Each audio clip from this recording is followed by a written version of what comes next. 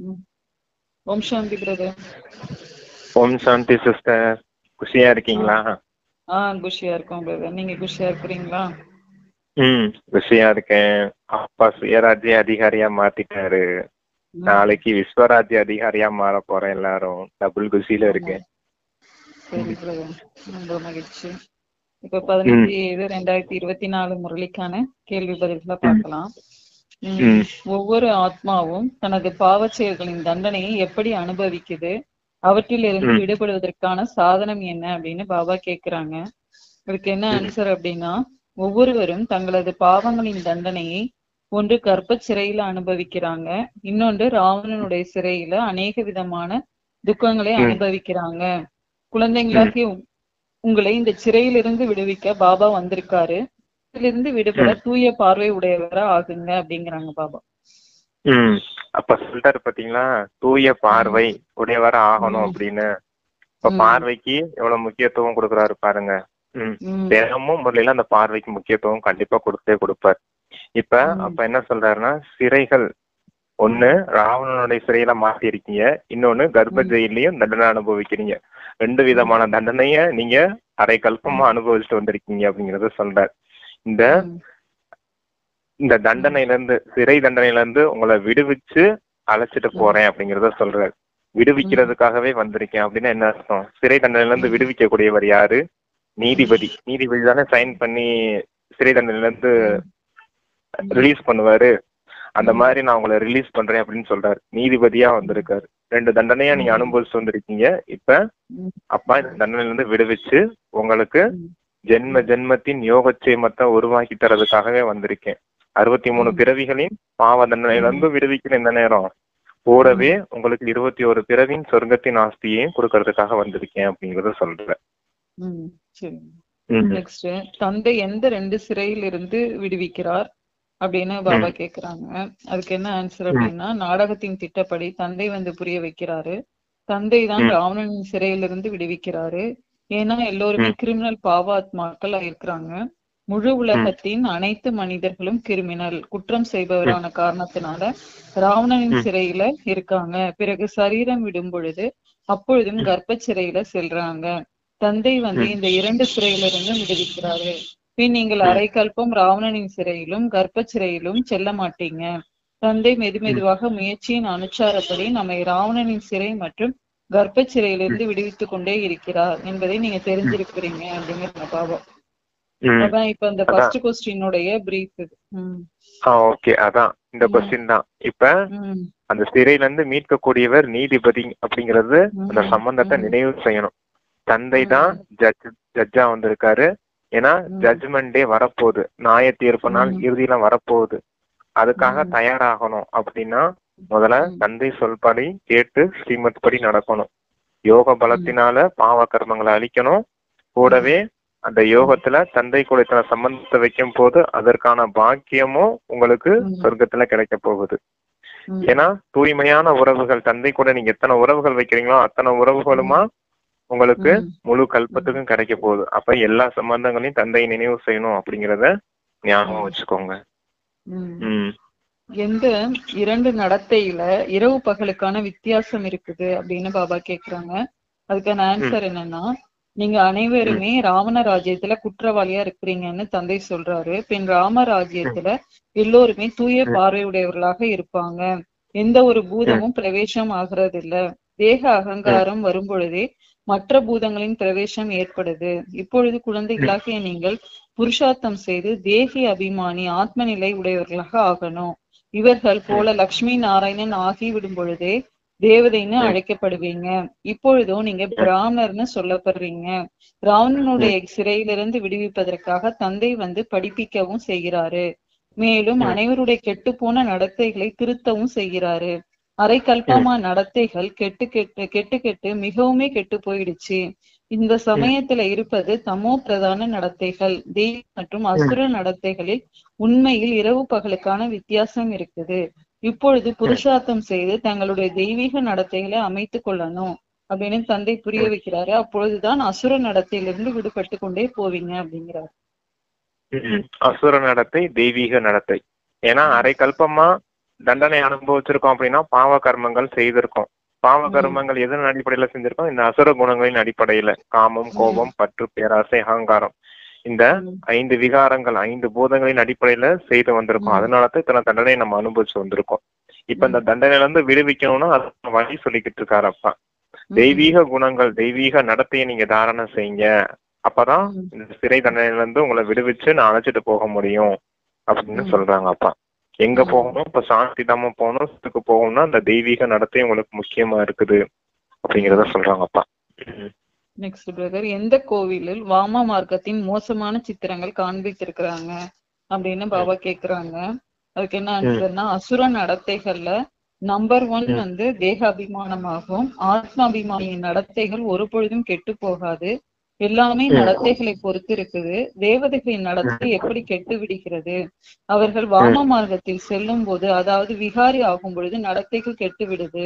ஜெகநாத் கோயில்ல வாம மார்க்கத்தின் மோசமான சித்திரங்கள் காண்பித்திருக்கிறாங்க. இது அநேக வருடங்களின் பழைய கோயில் ஆகும். உடைகள் தேவதைகளுடையதாகவே உள்ளது. தேவதைகள் எப்படி வாம மார்க்கத்தில் செல்கிறார்கள் என்று காண்பித்திருக்கிறாங்க. முதலில் காம சிதையில் செல்வதுதான் குற்றமாகும். பிறகு நிறம் மாறி மாறி முற்றிலும் கருப்பாக ஆகிறாங்க. முதலில் தங்க யுகத்தில் சம்பூர்ண வெண்மையாக இருப்பார்கள். பிறகு 2 கலை குறைந்து விடுது. திரேதாவை சொர்க்கம் என்று கூற மாட்டார்கள், அது செமி சொர்க்கம் ஆகும் அப்படிங்கிறாங்க. இப்ப அந்த ஜெகநாதர் கோயிலை பத்தி சொல்றாரு. ஜெகநாதர் கோயில்ல கீழே ஆபாச சிலைகளா காமிச்சிருக்காங்க. தேவி தேவதைகள் காமத்துல நிறைய சிலைகள் அமைச்சிருக்காங்க. இதெல்லாம் பழைய கோயிலா இருக்குது அப்படிங்கறத சொல்றாரு.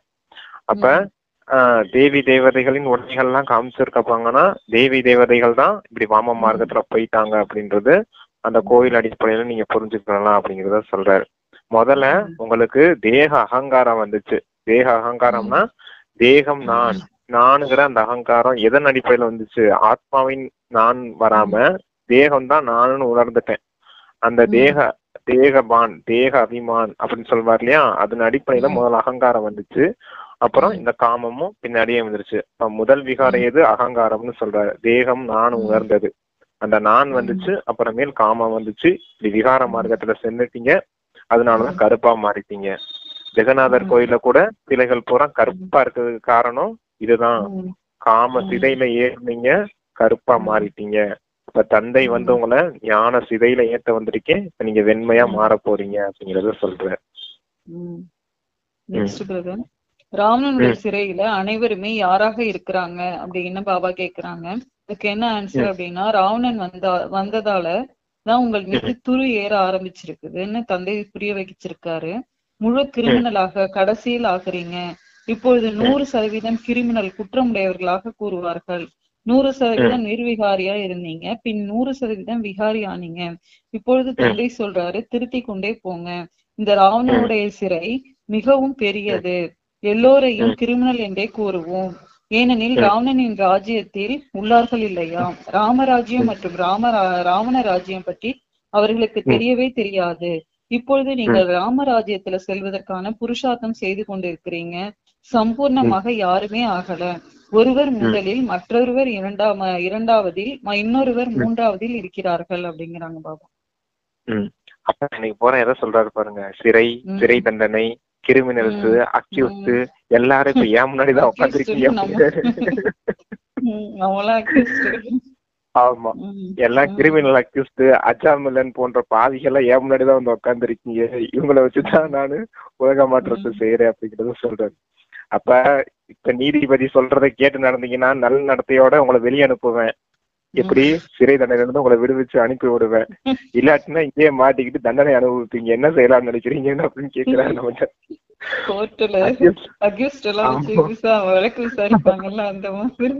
அந்த மாதிரி சொல்றாரு.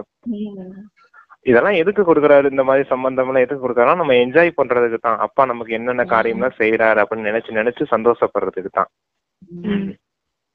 அவர் அந்த மாதிரி மாடுலேஷன்ல சொல்ல மாட்டாரு. நம்ம அந்த மாடுலேஷனை கிரியேட் பண்ணி மனம் புத்தியில அதை சிந்திச்சு அப்ப அந்த மாதிரி நினைவு செய்யணும். ஆமா, இப்ப பெரிய ஜட்ஜா உட்கார்ந்துருக்காரு பாபா. அது ஆமா உண்மைதான். நான் வந்து நீதிபதின்னு தானே சொல்லிக்கிறாங்க பாபா. ஆமா. அதனால அவர் ஜட்ஜுக்கு முன்னாடி நம்ம எல்லாருமே அக்யூஸ்டா தான் இருக்கிறோம். அவர் கொடுக்குற ம். இதை பொறுத்து தான் இருக்கு. தண்டனைகள் வந்து ஆமா. யார் யாருக்கு என்னென்ன மாதிரி தானே இது. ஆமா, எல்லாம் இப்போ வெயிட்டிங்ல இருக்குது. எல்லாம் வெயிட்டிங்ல இருக்குது. நினைவுல இருந்து பாவ கர்மங்கள் அடைங்கன்னு சொல்றாரு. நெக்ஸ்ட், யார் பெரிய பெரிய சேவை செய்வாங்க அப்படின்னு பாபா கேக்குறாங்க. இப்ப வந்து தந்தை படிப்பிக்கிறாரு, தெய்வீக குணங்களை தாரணை செய்விக்கிறாரு. தேக அபிமானமும் எல்லாருக்குள்ளும் இருக்குது. எந்த அளவுக்கு நீங்கள் சேவையில் ஈடுபட்டு இருப்பீங்களோ அந்த அளவு தேக அபிமானம் குறைந்து கொண்டே போகும். சேவை செய்யறதுனால தேக அபிமானம் குறைந்து விடும். ஆத்ம அபிமானி அபிமானி பெரிய பெரிய சேவை செய்வாங்க. ஆத்ம அபிமானியா இருக்கிறவங்க பெரிய பெரிய சேவை செய்வாங்க. பாபா ஆத்ம அபிமானியாக இருக்கிறார், ஆக எவ்வளவு நல்ல சேவை செய்யறாரு அப்படிங்கிறாங்க. தந்தை எப்பவும் ஆத்ம அபிமானி ஸ்திதியிலே இருக்காரு, அதனால வந்து பெரிய பெரிய சேவை எல்லாம் செய்யறாரு. அது போல நீங்களும் ஆத்ம அபிமானி நிலையிலே இருந்தீங்கன்னா பெரிய பெரிய சேவை எல்லாம் செய்ய முடியும் உங்களால. தேக அபிமானத்துல இருந்தீங்கன்னா சேவை செய்யும் போது கோவப்படுவீங்க, அகங்காரத்தை காட்டுவீங்க, ஒத்துழைப்பு கொடுக்க மாட்டீங்க, பேர் புகழ் மரியாதைக்கு ஆசைப்பட்டு அடுத்தவங்களுக்கு துக்கம் கொடுப்பீங்க, காயப்படுத்துவீங்க. இப்படிலாம் இருந்தீங்கன்னா சேவை ஒழுங்கா நடக்காது, சேவைக்கு மற்றவர்கள் ஒத்துழைப்பும் கொடுக்க மாட்டாங்க. அப்ப தேக அபிமானம் மொத்தமா நஷ்டத்தை விளைவிக்குது. ஆத்ம அபிமானி ஸ்திதியில இருந்தீங்கன்னா நீங்க நல்ல சேவை செய்ய முடியும் அப்படிங்கறத சொல்றாரு. உங்களுக்கு பேரே என்ன? விஸ்வ சேவாதாரி, உலகத்துக்கும் சேவை செய்யக்கூடியவங்க. எப்படி இருக்கணுமோ அப்படி இருந்தீங்கன்னா நல்ல சேவை நடக்கும் அப்படிங்கறத சொல்றாரு. இது நெக்ஸ்ட், சத்யுகத்துல எந்த இரண்டும் இல்லை அப்படின்னு பாபா கேக்குறாங்க. அதுக்கு என்ன ஆன்சர்னா, அங்க வந்து ரெண்டு சிறையுமே இருக்காது சத்யுகத்துல. இங்கு 2 சிறையும் உள்ளது. சத்யுகத்துல கோர்ட்டும் இல்லை, பாவாத்மாக்களும் இல்லை. ராவனுடைய சிறையும் இல்லை. ராவனுடையது எல்லை இல்லாத சிறையாகும். அனைவரும் 5 விகாரங்களின் கயிறுகளில் பிணைக்கப்பட்டு இருக்கிறாங்க. அளவற்ற துக்கம் இருக்குது. நாளுக்கு நாள் துக்கம் அதிகரித்து கொண்டே போகுது அப்படிங்கிறாங்க. ஆமா, ராவணனுடைய சிறையில மாட்டிக்கிட்டீங்க, நாளுக்கு நாள் அதிகமாகிட்டே போகுது துக்கம் அப்படிங்கறத சொல்றாரப்பா. சத்தியுகத்துல கோர்ட்டும் கிடையாது, ராவணனும் கிடையாது. அப்ப அந்த தண்டனையை அனுபவிக்க வேண்டியது இல்ல. சத்தியுகத்துல கோர்ட்ல ஜெயில் தண்டனைய, இந்த ராவணனுடைய சிறை இருக்கு இல்லையா, அங்க தண்டனையை அனுபவிக்க வேண்டியதில்லை. ஏன்னா 5 விகாரங்களும் சத்தியுகத்துல இருக்க போறது இல்ல. கூடவே இந்த கர்ப்ப ஜெயில் தண்டனை இருக்கு பாத்தீங்களா, அதுவும் இந்த கலியுக தான் நடக்குது. பாவ கர்மங்களை முழுமையா அழிச்சவங்க தான் யாரு? சத்தியுகத்துல வாழ்ந்த தேவதைகள். அப்ப அங்க யோக பலத்தின் மூலமா குழந்தை பிறகுதுன்னா அங்க கர்ப்ப மாளிகையில இருப்பீங்க அப்படின்னு சொல்றாரு. கர்ப்ப மாளிகையில சுகமா இருக்க போறீங்க. பாருங்க, இங்க தண்டனை அனுபவிக்கிறீங்க, அங்க சுகமா இருக்க போறீங்க. அதனாலதான் அப்பா சொல்றேன், தெய்வீக குணங்களை தாரணை செஞ்சு பாவ கர்மங்களை அழிச்சு சத்தியுகத்துக்கு போறதுக்கு ரெடி ஆகுங்க அப்படின்னு. எது நீங்குவதற்கு தாமதம் ஏற்படுது, நிறைய உழைக்க வேண்டி இருக்குது அப்படின்னு பாபா கேக்குறாங்க. அதுக்கு என்ன ஆன்சர்னா, சத்யுகத்திற்கு தங்க யுகம் என்றும் திரேதாவிற்கு வெள்ளி யுகம்னு சொல்லப்படுது. சத்யுகத்தினுடைய சுகம் திரேதாவில இருக்க முடியாது. ஏன்னா ஆத்மாவில 2 கலை குறைஞ்சிடுது. ஆத்மாவின் குறைந்து விடும் பொழுது சரீரமும் பின் அவ்வாறு ஆகிடுது. எனவே உண்மையில நாம் ராவணனின் ராஜ்யத்துல தேக அபிமானியா ஆகிட்டோம்னு உணரணும். இப்பொழுது தந்தை ராவணனின் சிறையிலிருந்து விடுவிக்க வந்திருக்காரு. அரை கல்பத்தில் தேக அபிமானம் நீங்குவதற்கு தாமதம் ஏற்படுது, நிறைய உழைக்க வேண்டி இருக்கு அப்படிங்கிறாங்க பாபா. இப்ப சத்தியுகத்தை தான் வைகுண்டம்னு சொல்லப்படுது, சொர்க்கம்னு சொல்லப்படுது. ஆனா திரேதாயுகத்தை சொர்க்கம்னு சொல்லப்பட்டாலும் அது செமி சொர்க்கம் தான், பாதி சொர்க்கம் தான் அப்படின்னு சொல்ல முடியும். ஏன்னா சத்தியுகம்ன்றது 16 கலைகள் நிரம்பிய சம்பூர்ணமான உலகம், ஃபர்ஸ்ட் கிளாஸான வேர்ல்டு. ஆனா திரேதாயுகம் வந்து சம்பூர்ணம்னு சொல்ல முடியாது, 2 கலைகள் குறைஞ்சதுனால அதனால அதை சம்பூர்ணம்னு சொல்ல முடியாது அப்படின்னு சொல்றாரு. அப்ப செமி சொர்க்கம் அப்படின்னு சொல்லியிருக்காரு. கூடவே இந்த ராவணனுடைய சிறை தண்டனையில இருந்து நீங்க வெளிப்படணும் அப்படின்னா இந்த தேக அபிமானத்துல இருந்து விடுபடணும் முதல்ல. அது அரை கல்பமா பழகி வச்சிருக்கீங்க, அவ்வளவு சீக்கிரத்துல போகாது. நீங்க பிராக்டிஸ் பண்ண கொஞ்சம் கொஞ்சமா நீங்கிக்கிட்டே போகணும். அதற்கான நீங்க தெய்வீக நடத்தையே தாரணை செய்துகிட்டே இருக்கணும் அப்படிங்கறத சொல்றேன்.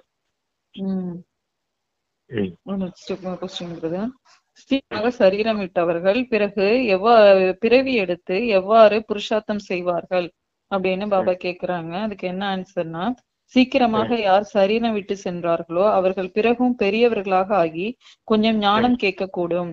எவ்வளவு தாமதம் ஆகிக் கொண்டே போகுதோ பின் புருஷார்த்தம் செய்ய முடியாது.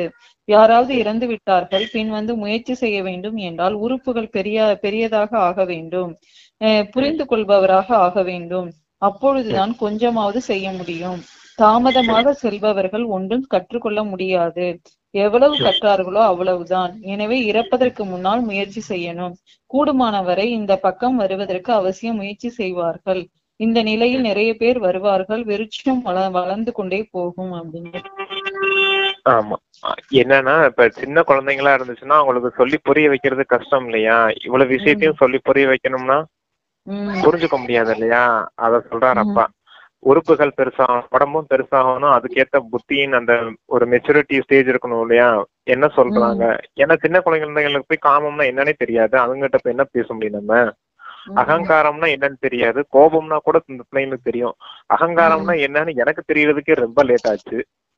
அப்ப அவங்களுக்கு எல்லாம் சொன்னா என்னன்னு புரியும்? அதுதான் சொல்றேன் அப்பா. அதுக்கு தெளிவான விளக்கம் வேணும் அப்படின்னா அதுக்கு அந்த புத்தியில புரிய வைக்கிறதுக்கும் ஒரு இது வேணும் இல்லையா? ஒரு மெச்சூரிட்டி ஸ்டேஜ் வரணும் இல்லையா? அப்ப நீங்க இந்த சரீரத்துல இருக்கும் போதே போதுமான அளவுக்கு உங்களுடைய வாக்கியங்களை சேமிச்சு புரிஞ்சுக்கோங்க அப்படிங்கறத சொல்றாரு. நல்ல இது என்னது சுய புருஷார்த்தத்துக்கு கவனம் கொடுத்து இப்பவே அந்த நடத்தையெல்லாம் மாத்துறதுக்கு முயற்சி செய்யுங்க அப்படிங்கறத சொல்றாரு. இன்னொரு பிறவியில எடுத்தீங்கன்னா சரீரம் நமக்கு ரொம்ப ஒரு பொக்கிஷம் தான் பாபா சொல்லுவாங்க. ஏன்னா இதை வச்சுதான் நம்ம புருஷார்த்தம் பண்ணி நம்ம அடுத்த 21 பிறவிக்கு நம்ம தகுதி அடைய போறோம். அப்ப இந்த சரீரத்தை நம்ம பாதுகாப்பா வச்சுக்கிட்டு இதன் மூலமாதான் நம்ம வந்து நம்ம நல்ல பதவியை அடையணும்னா அந்த அளவுக்கு நம்ம பாதுகாப்போட இருக்கணும் அப்படிங்கறது பாபா சொல்லியிருப்பாங்க. சரீரம் விட்டாச்சுன்னா இப்ப பாபா சொல்ற மாதிரி ஞானத்தை புரிஞ்சிக்காமயே போயிடும். இல்ல இந்த சரீரம் இருக்கிறப்பதானே அப்பா வந்து ஞானம் கொடுத்தாரு. இந்த சரீரத்துல நம்ம இருக்கும் போதுதானே புத்தி வாசல் திறக்கப்பட்டது. அப்ப எவ்வளவு முக்கியமான சரீரம்னு பாத்துக்கோங்க. ஒவ்வொரு கல்பத்திலும் இதே சரீரத்துல நம்ம இருக்கும் போது விநாசம் ஆகுறதுக்கு முன்னாடி பிரதர் சரீரம் விட்டுறது சரியில்லை அப்படிங்கறது தானே பாபாவோட கருத்து. ஆமா ஆமா ஆமா, விநாசம் ஆகுறதுக்கு முன்னாடி விட்டுட்டோம் அப்படின்னா நமக்கு வந்து பதவி குறைவுதான். ஆமா, சம்பூர்ண நிலையை அடைஞ்சு விட்டா ஒன்னும் பிரச்சனை இல்ல. சம்பூர்ண நிலையை அடையாம இருந்தோம்னா குறைஞ்சு போயிடும், பதவி குறைஞ்சு போயிடும். அதனால அதுக்கு முன்னாடியே மொத்தமாவே சரி பண்ணிக்கங்க அப்படிங்கிறாரு. அதுக்காகதான் பாபா சொல்லுவாங்க மருந்து மாத்திரை எல்லாம் போட்டு நீங்க பழங்கள்னு நினைச்சு சாப்பிட்டுட்டு அதை பத்திரமா வச்சுங்க. ஆமா, இது ஒரு கிழிஞ்ச செருப்புன்னு சொல்லுவாரு. செருப்புல நிறைய ஒட்டு போடுவோம் இல்லையா? பிஞ்ச செருப்புல ஒரு பக்கம் ஒட்டு போடுவோம், அது இன்னொரு பக்கம் பிஞ்சுக்கிட்டு போகும். மறுபடியும் அந்த பக்கம் ஒட்டு போடுவோம், இன்னொரு பக்கம் பிஞ்சுக்கிட்டு போகும். அந்த மாதிரி மாத்தி மாத்தி தையல் போட்டு ஒட்டி வச்சுக்கோங்க அப்படின்னு சொல்றேன். விநாசம் வரைக்கும் வச்சுக்கணும். சரி, நெக்ஸ்ட் பாரதத்திற்கு எதனால் இந்த நிலைமை ஏற்பட்டது அப்படின்னு பாபா கேக்குறாங்க. அதுக்கு என்ன ஆன்சர் அப்படின்னா, துவாபரத்திலிருந்து ராவண ராஜ்யம் ஏற்படும் பொழுது 5 விகாரங்கள் என்ற ராவணன் சர்வ வியாபி ஆயிடுறான் அப்படிங்கறத நீங்க தெரிஞ்சிருக்கிறீங்க. எங்கு விகாரம் சர்வ வியாபியாக உள்ளதோ அங்கு தந்தை சர்வ வியாபியாக எவ்வாறு ஆக முடியும்? அனைத்து மனிதர்களும் பாவாத்மாக்களாக இருக்கிறாங்க. தந்தை முன்னால் இருப்பதால் தான் நான் சர்வ என்று கூறவே இல்லை என்று பிரம்ம பாபாவும் சொல்றாராம். தவறாக புரிந்து கொண்டார்கள். தவறாக புரிந்து விகாரத்தில் விழுந்து விழுந்து நிந்தனை செய்து பாரதத்திற்கு இந்த நிலைமை ஆயிடுச்சு அப்படிங்கிறாங்க பாபா. ராவணன் சர்வ வியாபியா இருக்கான். அவன் சர்வ வியாபியா இருக்க இடத்துல தந்தை வந்து எப்படி சர்வ வியாபியா இருக்க முடியும் அப்படின்னு சொல்றாரு. அப்ப நான் சர்வ வியாபி கிடையாது, இந்த ராவணன் தான் சர்வ வியாபி அப்படின்னு சொல்றாரு. நீங்க எப்ப இந்த விகாரத்துல விழுந்து விழுந்து மோசமான நிலையை அடையிறீங்களோ அப்பதான் இந்த பாரதமும் மொத்தமாவே மோசமாயிடுச்சு. இந்த முழு உலகமுமே இப்படி விகார சிதையில விழுந்துதான் இப்படி மொத்தமாவே தூய்மை இல்லாம போயிடுச்சு.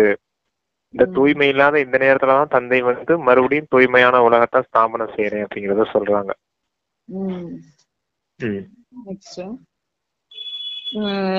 5000 வருடத்திற்கு முன்பு பாரதம் சொர்க்கமாக இருந்தது அப்படிங்கறத யார் புரிஞ்சு கொள்வாங்க பாபா கேக்குறாங்க.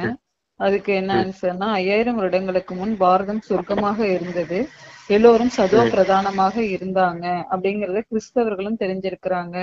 பாரதவாசிகளோ லட்சக்கணக்கான வருடங்கள்னு சொல்லிட்டாங்க. ஏன்னா தமோ பிரதான புத்தி உடையவர்களாக ஆகியிருக்காங்க. அவர்கள் பின் அவ்வளவு உயர்ந்தவர்களும் ஆகவில்லை, தாழ்ந்தவர்களும் ஆகவில்லை, அவர்களோ உண்மையில் சொர்க்கமாக இருந்ததுன்னு புரிஞ்சிருக்கிறாங்க. தந்தை சொல்றாரு, இதை சரியாக கூறுகிறேன். 5000 வருடங்களுக்கு முன்பும் நான் குழந்தைகளாகி உங்களை ராவணனின் சிறையிலிருந்து விடுவிக்க வந்திருந்தேன். இப்பொழுது மீண்டும் விடுவிக்க வந்திருக்கிறேன். அரைக்கல்பம் ராமராஜ்யம் ஆகும், அரைக்கல்பம் ராவண ராஜ்யம் ஆகும். குழந்தைகளுக்கு வாய்ப்பு கிடைக்கிறது என்றால் புரிய வைக்கணும் அப்படிங்கிறாங்க பாபா. இதுல என்னன்னா கிறிஸ்தவர்கள் நடுவுல வந்ததுனால அவங்களுக்கு ஓரளவு நல்ல நாலேஜோட இருக்காங்க. ஏன்னா துவாபர யுகத்துல இருந்து தானே வந்திருக்காங்க. 1000 வருஷம் கழிச்சு வந்ததுனால அவங்களுக்கு முன்னாடி ஒரு சொர்க்கம் இருந்திருக்குங்கிறத அவங்க புரிஞ்சிருக்கிறாங்க. ஆனா நம்ம ஃபர்ஸ்ட்ல இருந்து வந்ததுனால தமோ பிரதானமாகி இருக்கிறதுனால பாரதவாசிகள் சொர்க்கம்னு ஒண்ணு இருந்ததுங்கிறதே புரிஞ்சுக்காம இருக்காங்க. அவங்க புரிஞ்சுக்கிட்டது கூட நீங்க புரிஞ்சுக்கல அப்படிங்கிறாங்க பாபா. ஆமா ஆமா, சூப்பர். அந்த மாதிரி ஆயிருக்கு. தந்தை முழுமையா சொல்றேன். இப்ப உங்களுக்கு ஞானத்தை கொடுக்குறேன். அரைக்கல்பம் சொர்க்கமா இருந்துச்சு, இப்ப அரைக்கல்பம் நரகமா இருக்கு அப்படிங்கறத புரிய வைக்கிறார். ஏன்னா அவங்க அந்த அளவு தமோ பிரதானமா ஆகல பிரதர். கிறிஸ்தவர்கள் 3000 வருஷம் கழிச்சு வந்ததுனால ஓரளவு அவங்க தாழ்ந்த புத்தியாவும் ஆகல, உயர்ந்த புத்தியாவும் இல்லைங்கிறாங்க பாபா. அந்த அளவு மீடியமா இருக்கிறதுனால அவங்களுக்கு ஓரளவு அதை புரிஞ்சுக்க முடியுது அப்படிங்கிறாங்க. நம்ம தான் 63 பிறவிகள் எடுத்திருக்கோம். அவங்களுக்கு 63 பிறவிகள் கிடையாது. 2000 வருஷம் இருந்தாலும் ஒரு 50 பிறவி எடுத்திருப்பாங்க, ஒரு 60 பிறவி எடுத்திருக்காங்கன்னு கூட வச்சுக்கோங்க. 3 பிறவிகள் அவங்களுக்கு கம்மியா தானே இருந்திருக்கு. நம்ம அந்த 3 பிறவில சேர்த்துதான் இது பண்ணிருக்கோம். அப்ப அத சொல்றாங்க. அப்ப இருந்தாலுமே இறுதி நேரம்னு தமோ பிரதான நிலைய எல்லா ஆத்மாக்களும் அடைஞ்சே தீரணும்னு சொல்றாரு இல்லையா? சத்துவ ரஜோ தமோ நிலையில எல்லாரும் இறங்கி வந்தே தீரணும். ஆனா இது கலியுக இறுதியாயிருச்சு. இறுதி நேரத்துல எல்லாரும் தமோ பிரதானம் 0 ஸ்டேஜுக்கு வந்துருவாங்க. நம்ம கிட்ட இருந்துதான் அப்ப அவங்களுக்கு எல்லாம் ஞானம் கிடைக்கும் இல்லையா? அப்ப எல்லாரும் இந்த நிலைக்கு வந்ததுக்கு அப்புறம் தான் இங்க விநாசம் ஆரம்பிக்கும். அப்பதான் தந்தையை அவங்க புரிஞ்சுக்கிட்டு அவங்களும் அவங்க இடத்த தேடி போவாங்க. சாந்தி தமத்தை நோக்கி போறதுக்கு எல்லாருமே தமோ பிரதான நிலையை அடைஞ்சே தீரணும். தமோ பிரதான நிலையை அடையும் போதுதான் தந்தை கிடைப்பார். இப்ப நாம கூட எப்ப தந்தை நமக்கு கிடைச்சோம்னா, நம்ம எப்ப தமோ பிரதான நிலை 0 ஸ்டேஜ் அடையிறோமோ அப்பதான் நமக்கு தந்தை கிடைச்சிருப்பாரு. அதுதான் உண்மை. ஆமா, அதே போல அவங்களுக்கு எப்ப தந்தை கிடைப்பாரு அப்படின்னா, இப்ப நம்ம என்னமோ சொல்றோம் அவங்க கேக்குறாங்களா? யாருமே புரிஞ்சுக்கிறது இல்லையா? ஏன் புரிஞ்சுக்கிட மாட்டேங்கிறாங்க? அவங்க என்ன தமோ பிரதான ஸ்டேஜா அடையலைங்கிறதுதான் புரிஞ்சுக்கலாம். இப்ப நம்ம வீட்டாளுங்களே இருக்காங்க, அவங்களுக்கு நம்ம சொல்றோம் அப்படின்னா அவங்க புரிஞ்சுக்கிட மாட்டாங்க. அப்ப நம்ம என்ன புரிஞ்சுக்கணும்? அவங்க என்ன தமோ பிரதான நிலையை அடையல அப்படிங்கறத புரிஞ்சுக்கணும். அவங்க அடையும் போது கண்டிப்பா தந்தையை அடைஞ்சிருவாங்க. நமக்கு எப்படி கிடைச்சதோ அதே போல அவங்களுக்கும் கிடைக்கும். ஏன்னா நமக்கு பாத்திரம் பெருசா இருக்கு, நம்மளுடைய பாத்திரம் பெரிய பாத்திரமா இருக்கு. அதனால நம்ம முன்னாடியும் வந்துட்டோம். அவங்க பாத்திரம் சின்ன சின்ன பாத்திரமா இருக்குது. அவங்க இப்பதான் வந்திருக்காங்க. அவங்க பாத்திரமும் காலியாகும் போது தந்தை கிட்ட அந்த பாக்கியத்தை அடைய வந்தே தீரணும். அத நம்ம புரிஞ்சுக்கணும் முதல்ல. நெக்ஸ்ட், இப்பொழுது அனைவருடைய நடத்தையும் எப்படி இருப்பதாக பாபா கேக்குறாங்க. அதுக்கு என்ன ஆன்சர் அப்படின்னு பாத்தீங்கன்னா, இவ்வளவு அளவற்ற துக்கம் ஏன் ஏற்பட்டது? முதலிலோ அளவற்ற துக்கம் சுகம் இருந்துச்சு. லட்சுமி நாராயணனுடைய ராஜ்யம் இருக்கும் பொழுது அவர்கள் சர்வகுண சம்பன்னராக அனைத்து குணங்கள் நிறைந்தவர்களாக இருந்தாங்க. இப்பொழுது இந்த ஞானம் இருப்பதே நரனிலிருந்து நாராயணன் ஆகிறதுக்காக. இது படிப்பு ஆகும். இதனால தெய்வீக நடத்தை உள்ளவர்களாக ஆகுறாங்க. இச்சமயம் ராவண ராஜ்யத்துல எல்லோருடைய நடத்தையும் கெட்டு போய் இருக்குது. எல்லோருடைய நடத்தைகளை திருத்துபவர் ஒரே ஒரு ராமரா இருக்காரு. இச்சமயம் எவ்வளவு தர்மங்கள் இருக்குது, மனிதர்களின் விருத்தி எவ்வளவு ஆகி கொண்டே இருக்குது. இப்படியே விருத்தி ஆகி கொண்டே இருந்தால் பின் உணவு எங்கிருந்து கிடைக்கும்?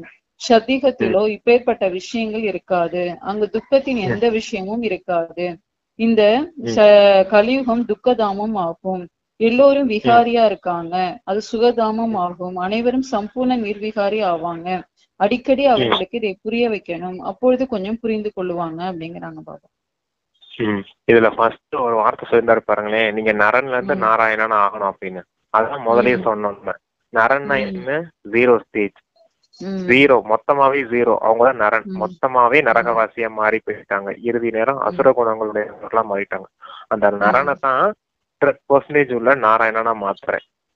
0ல இருந்து 100% ஆகணும், நாராயணனா ஆகணும் தான்.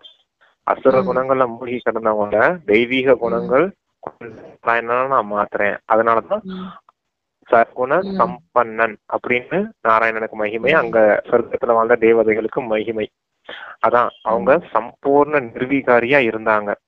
சர்வகுண சம்பன்னம் சம்பூர்ண நிர்வீகாரி, அனைத்து குணங்களும் நிறைந்தவர்கள், எந்த விகாரமும் இல்லாதவர்கள் அப்படின்னு சொல்லியிருக்காரு அப்பா.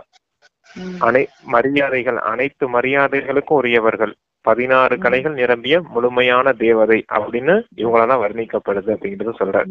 நரன்ல இருந்தவங்களதான் நான் நாராயணனா மாத்துறேன் அப்படிங்கிற அந்த விஷயத்த புரிஞ்சுக்கிட்டா இந்த விஷயம் எல்லாம் உங்களுக்கு புரியும் அப்படிங்கறத சொல்றாரு.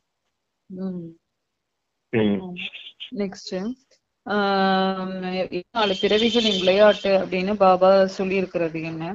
நான் பதித்த பாவனா இருக்கிறேன்னு தந்தையே சொல்றாரு. என்னை நினைவு செய்யறதுனால உங்களுடைய பல பிறவிகளின் பாவங்கள் அழிந்திடும். இப்பொழுது தந்தை எப்படி கூறுவார்? அவசியம் சரீரத்தை தாரணை செய்து பேசுவார் இல்லையா? பதித்த பாவனர் அனைவருக்கும் சத்கதி அளிக்கும் வள்ளல் ஒரு தந்தையா இருக்காரு. அவசியம் அவர் ஏதாவது ரதத்துல வந்திருக்க கூடும்.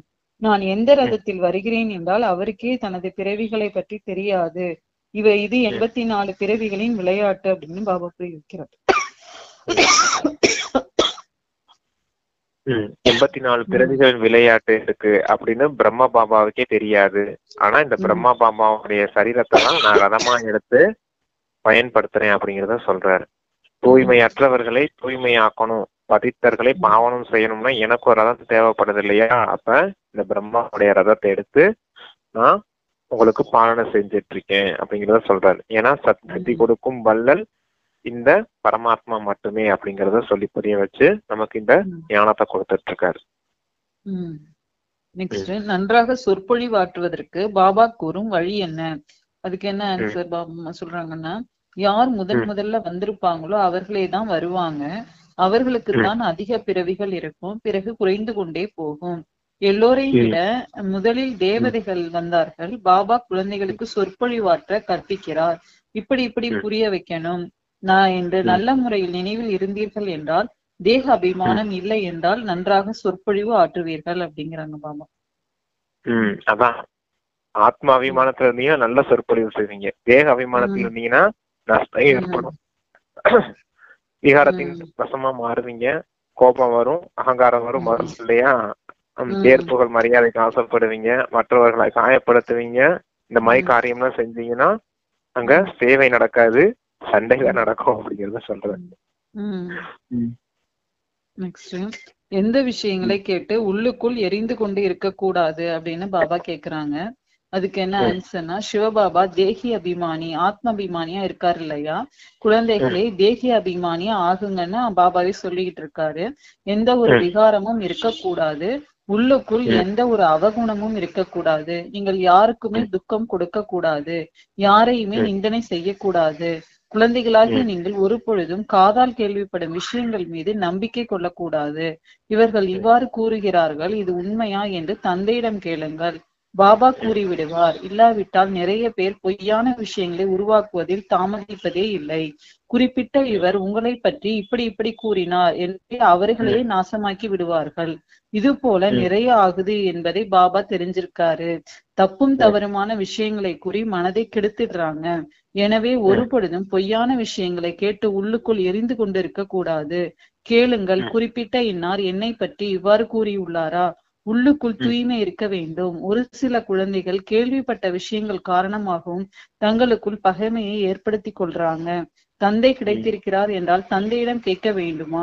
பிரம்மா பாபா மீதும் அநேகருக்கு நம்பிக்கை இருக்கிறதே இல்ல. சிவபாபாவையும் மறந்துடுறாங்க. தந்தை அனைவரையும் உயர்ந்தவராக ஆக்க வந்திருக்காரு. அன்புடன் உயர்த்தி கொண்டே இருக்காரு. ஈஸ்வரிய வழி பெற வேண்டும். நம்பிக்கை இல்லை என்றால் கேட்கவே மாட்டாங்க, பின் பதிலும் கிடைக்காது. தந்தை என்ன புரிய வைக்கிறாரோ அதை தாரணை செய்யணும் அப்படிங்கிறாங்க. அதான் தேகி அபிமானி ஆகணும் அப்படின்னா, தேகி அப்படின்னால என்ன அர்த்தம்னா சுயராஜ்ய அதிகாரின்னு அர்த்தம். சுயத்தின் மீது ராஜ்யம் செய்யக்கூடிய அதிகாரி நான் ஆத்மா. நான் ஆத்மா, என்னுடைய இந்த உடலின் இந்திரியங்களை நான் நடத்தக்கூடியவனா இருக்கேன் அப்படின்னு இந்த நினைவுல நீங்க இருந்து இந்த காரியங்கள்லாம் செய்யணும். யாரையும் தவறுதலா பேசக்கூடாது. ஒருத்தவங்க கிட்ட கேட்ட விஷயத்த இன்னொருத்தவங்க கிட்ட சொல்லி மாத்தி சொல்லி அவங்க கிட்ட சண்டையை ஏற்படுத்தக்கூடாது. பொய்யான விஷயங்களை கேட்டு வெறுப்படையக்கூடாது அப்படின்லாம் சொல்றாரு இல்லையா? நம்மளுடைய மனசை குழப்பி விட்டுருவாங்க அடுத்தவங்க பேசலாம் கேட்டுட்டு இருந்தோம்னா. அங்க என்ன சொல்றாரு பாருங்களேன், பிரம்மா பாபா மீது கூட நம்பிக்கை இருக்க மாட்டேங்குது, பிரம்மா பாபா வார்த்தையை மதிக்க மாட்டேங்கிறாங்க, சிவபாபா வார்த்தையும் மதிக்க மாட்டேங்கிறாங்க அப்படின்னு சொல்றாரு பாத்தீங்களா. யார நம்பணுமோ அவங்கள நம்புறது. அப்பயே இருந்திருக்கு பாபா சொல்லும் போது, இப்பயாவது மாறி வர்றாங்களா? இன்னும் தமோ பிரதானமா போயிட்டு தானே இருக்குது. அதனால சென்டர்ல பாத்தீங்கன்னா ரொம்ப அதிகமா நடந்துட்டு இருக்கு. அதான் யாரு பேச்சும் ஏற்கிறது இல்ல, யார் வார்த்தையை கேட்கணுமோ அவங்க வார்த்தையை கேட்கறது இல்ல. அப்பா என்ன சொன்னாரு, பிரம்மா பாபா என்ன சொன்னாரு, நமக்கு இது புருஷார்த்தம் என்ன சொல்லிருக்காரு, ஃபாலோ ஃபாதர் ஃபாலோ மதர் அப்படின்னு தான் புருஷார்த்தமே கொடுத்திருக்காரு. அப்ப அவங்க என்ன சொல்றாங்களோ அதை கேட்டு நடக்கணும். பொண்ணு முறையை படிச்சு நமக்கு இந்த விஷயங்கள் புரியுதுன்னா இந்த வழிப்படி நம்ம நடக்கணும். இல்லாட்டினா யாரு நிமித்தமா இருக்காங்களோ அவங்க கிட்ட கேட்டுட்டு செய்யணும். நிமித்தமா இருக்காங்கன்னா இப்ப அவங்களுமே பலகீனமா இருக்காங்க இல்லையா, பெரிய மகாரதிகள்லாம் இருக்காங்க, அவங்க கிட்ட வழிபடி கேட்டு இது இது செய்யணுமா அப்படின்னு 4 பேர்கிட்ட கேட்டுட்டு ஒரு கர்மா செஞ்சோம்னா நமக்கும் திருப்தியா இருக்கும், செய்த காரியத்துல ஒரு பலனும் உண்டாகும். யாருக்கிட்டையும் எதுவும் கேட்காம இவங்க ஒண்ணு சொன்னாங்க மற்றவங்க இன்னொன்னு சொன்னாங்க அப்படின்ட்டு மனதின் வலியை கலக்கிறது, மற்றவர்களுடைய வலியை கலக்கிறது, இந்த மாதிரிலாம் செய்தோம்னா அது பாவ கர்மங்கள்ல கொண்டு போய் விட்டுரும். அதனால ஸ்ரீமத் உங்களுக்கு என்ன கிடைச்சிருக்கு, தந்தை கொடுத்த வழி என்ன இருக்குதோ அதன்படி உங்களுடைய தேக இந்திரியங்களை நடத்துங்க அப்படிங்கறது சொல்றாரு. பார்வை எப்படி இருக்கணும்னு சொல்றாரு, ஆத்மாவை பாருங்கன்னு சொல்றாரு. வார்த்தை எப்படி இருக்கணும்னு சொல்றாரு, இனிமையா பேசுங்கன்னு சொல்றாரு. உங்களுடைய நடத்தை எப்படி இருக்கணும், உங்களுடைய கர்மம் எப்படி இருக்கணும், பணிவுத்தன்மையுடையதா இருக்கணும், திருப்திகரமா இருக்கணும், அகர்மா செய்யக்கூடியவங்களா சுக கர்ம செய்யக்கூடியவங்களா இருக்கணும். உங்களுடைய பாவனை எப்படி இருக்கணும், சுப பாவனை, அடுத்தவங்களுக்கு நன்மை செய்யக்கூடிய பாவனை இருக்கணும். உங்களுடைய பாவம் எப்படி இருக்கணும், சகோதரங்கிற பாவம் இருக்கணும். உங்களுடைய கண்கள்ல ஆன்மீக நட்சத்திரம் ஜொலிக்கணும், தூய்மையின் பார்வை இருக்கணும். ஒவ்வொரு சுவாசமும் பொக்கிஷமா சேமிக்கப்படணும், ஒவ்வொரு சுவாசத்திலையும் தந்தை நினைவு இருக்கணும், அந்த அளவுக்கு உங்களுக்கு ஸ்மிருதி இருக்கணும். இப்படின்னு எல்லாத்துக்கும் புருஷார்த்தம் கொடுத்திருக்காருன்னா அந்த படி தேக இந்திரியங்களை நடத்துறவங்களுக்கு பேர் தான் தேகி, சுயராஜ்ய அதிகாரம். இப்படிப்பட்டவங்களா மாத்துறதுக்கு தான் தந்தை வந்திருக்கேன் அப்படிங்கறத சொல்றாங்க அப்பா.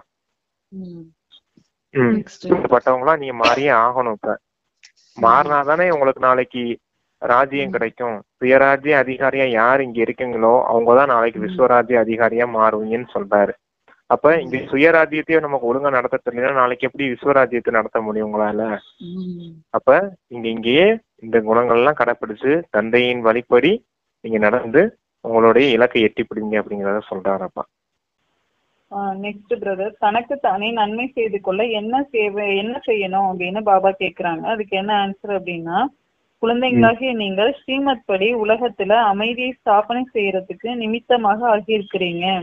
ஒரு தந்தையை தவிர வேறு யாருடைய வழியும் உயர்ந்ததிலும் உயர்ந்ததாக இருக்க முடியாது. உயர்ந்ததிலும் உயர்ந்த வழியே பகவானுடையது. அதன் மூலம் பதவி கூட எவ்வளவு உயர்ந்ததாக கிடைக்குது. தனக்கு நன்மை செய்து கொண்டு உயர்ந்த பதவியை அடையுங்க, மகாரதி ஆகுங்கன்னு தந்தை சொல்றாரு. படிக்கவே இல்லை என்றால் என்ன பதவி அடைவீங்க? இது கல்பாந்திரத்தின் விஷயம் ஆகும். சத்யுகத்துல வேலைக்காரிகள் கூட நம்பர் பிரகாரம் இருப்பாங்க. தந்தையோ உயர்ந்தவராக்க வந்திருக்காரு, ஆனால் படிக்கவே இல்லை என்றால் என்ன பதவி அடைவாங்க? பிரஜைகளில் கூட உயர்ந்த தாழ்ந்த பதவி இருக்கும் இல்லையா? இதை புத்தி மூலம் உணரணும் அப்படிங்கிறாங்க பாபா. உயர்ந்த பதவி தாழ்ந்த பதவி எதன் அடிப்படையில இருக்குதுன்னு அப்பா சொல்றாருன்னா, இந்த புருஷார்த்தத்தின் அடிப்படையில தான், இந்த படிப்பின் அடிப்படையில தான். முதல்ல ஞானம் வேணும். முதல்ல தினமும் படிக்கிறதே இல்லை, ஞானம் முரளி கிளாஸே வர்றதில்லை, கிளாஸே படிக்கிறது இல்லைன்னா எப்படி உங்களால புருஷார்த்தம் செய்ய முடியும்? அப்ப ஞானம் வேணும். அந்த ஞானத்தின் சிந்தனை செய்யணும். சிந்தனையின் மூலமா தந்தையிடம் புத்தியை இணைக்கணும். அப்ப அதன் மூலமா தான் தாரணை ஏற்படும். அந்த தாரணை ஆன அந்த ரூபத்தின் அடிப்படையில தான் நீங்க சேவை செய்யணும். இத்தனை காரியமும் நடக்கணும். அப்ப எல்லாத்துக்குமே ஆதாரமா இருக்கிறது அந்த படிப்பு தான்.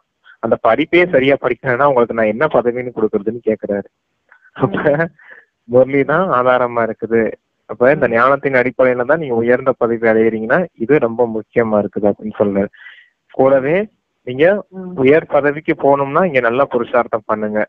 அதே தாசதாசியெல்லாம் ஆகணும் அப்படின்னா இங்க குறைவான புருஷார்த்தம் தான் பண்ணுவாங்க அப்படின்னு புரிஞ்சுக்கோங்க அப்படிங்கிறத சொல்றாரப்பா. மனிதர்களுக்கு எதுவுமே தெரியாது அப்படின்னு பாபா கேக்குறது என்ன? மனிதர்களுக்கு நாம் எங்கு போகிறோம் என்பதே தெரியாது. மேலே செல்கிறோமா இல்லை கீழே இறங்கி கொண்டு செல்கிறோமா? தந்தை வந்து குழந்தைகளாகி உங்களுக்கு புரிய வைக்கிறாரு. நீங்க தங்க யுகம் வெள்ளி யுகத்துல இருந்த பொழுது இங்கே இரும்பு யுகத்தில் இருந்து இப்பொழுது இங்கே கீழே இரும்பு யுகத்தில் வந்துட்டீங்க. இச்சமயத்திலோ மனிதர்களை சாப்பிட்டு விடுகிறார்கள். இப்பொழுது இந்த எல்லா விஷயங்களையும் புரிந்து கொண்டால்தான் ஞானம் என்று எதற்கு கூறப்படுகிறது என்று கூற முடியும். ஒரு சில குழந்தைகள் ஒரு காதால் கேட்டு மறு காதால் வெளியேற்றிடுறாங்க. நல்ல நல்ல சென்டர்களில் நல்ல நல்ல குழந்தைகளும் கூட குற்ற பார்வை இருக்குது. லாபம் நஷ்டம் கௌரவம் பொருட்படுத்துகிறார்களா என்ன? முக்கியமான விஷயமே குற்ற பார்வையினுடையது. காமம் மகா எதிரியாகும் தந்தை சொல்றாரு. இதன் மூலம் நீங்க வெற்றி அடைஞ்சீங்கன்னா உலகத்தை வென்றவரா ஆக முடியும். தேவதைகள் சம்பூர்ண நிர்விகாரி ஆவாங்க இல்லையா? போக போக புரிந்து கொள்வார்கள். ஸ்தாபனை ஆகியே தீரும் அப்படிங்கிறாங்க. இப்ப கண்ணு காது ரெண்டையும் சொல்றாரு. இந்த காதுல கேட்ட ஞானத்தை பூரா இன்னொரு காது வழியா விட்டுட்டு போயிடுறீங்க இங்க சென்டர்ல அப்படின்றது சொல்றாரு. கூடவே அவ குற்ற பார்வையும் இருக்குது. பார்வை தேகத்தை பார்க்கக்கூடிய பார்வைய பாக்குறீங்க, ஆத்மாவை பார்க்கணும். ஆனா நீங்க தேகத்தையே தான் பார்த்துட்டு இருக்கீங்க. இதெல்லாம் நீங்க மாத்திக்கணும் அப்படிங்கறத சொல்றாரப்பா. ஆமா, இது வந்து எல்லா பெரிய பெரிய மகாராஜி குழந்தைங்க இந்த மாதிரி சென்டர்ல இருக்கிறவங்களுக்கு கூட இந்த மாதிரி குற்ற பார்வை எல்லாம் இருக்குது அப்படின்னு. நெக்ஸ்ட், சக்திசாலி ஆத்மாவாக நாம் எந்த சீட்ல செட்டில் ஆகி இருக்க வேண்டும் அப்படின்னு பாபா கேக்குறாங்க. அதுக்கு என்ன ஆன்சர் அப்படின்னா, எந்த குழந்தைகள் திரிகால தரிசிங்கிற சீட்ல செட்டில் ஆகி ஒவ்வொரு நேரமும் ஒவ்வொரு செயலையும் செய்யறாங்களோ அவர்கள் விஷயங்களோ நிறைய வரப்போகுது ஆக போகிறது. செயலையும் சுயத்தின் மூலமாகட்டும், மற்றவர்கள் மூலமாகட்டும், மாயை மூலமாகட்டும், இயற்கை மூலமாகட்டும் அனைத்து விதமான சூழ்நிலைகளும் வரப்போகுது, வரத்தான் போகிறது என்பதை அவர்கள் அறிந்திருப்பாங்க. ஆனால் சுயஸ்திதி சக்திசாலியாக இருந்தது என்றால் பரஸ்திதி வெளியிலிருந்து வரக்கூடிய சூழ்நிலைகள் சுயஸ்திதிக்கு முன்னால் எதுவுமே இல்லை. ஆனால் ஒவ்வொரு செயலை செய்யறதுக்கு முன் அதனுடைய முதல் இடைக்கடை ஆகிய 3 காலங்களையும் பரிசோதனை செய்து புரிந்து கொண்டு பிறகு எது வேண்டுமானாலும் செய்யுங்கள். அப்பொழுது நீங்கள் சக்திசாலியாகி சூழ்நிலைகளை கடந்து சென்று விடுவீங்க அப்படிங்கிறாங்க. இதுக்கு பேர் தான் திரிகாலதரிசி நிலை அப்படின்றத சொல்றாங்க. முதல் இடைக்கடை 3 விஷயங்களையும் தெரிஞ்சிருக்கவங்க பேர் தான் திரிகாலதரிசின்னு சொல்ல முடியும். இப்ப நம்மளுடைய இறந்த காலம் என்ன? நம்மளுடைய இறந்த காலம் என்ன சிஸ்டர்? நம்ம தேவதையா இருந்தது இறந்த காலம். இப்ப நிகழ்காலம்? இப்ப பிராமணரா இருக்கிறது நிகழ்காலம். எதிர்காலம்? எதிர்காலமும் தேவதையா ஆக போகிறது. அப்ப இதுக்கு பேர் தான் ஹம்சோ சோகம் அப்படின்னு சொல்லுவாரு.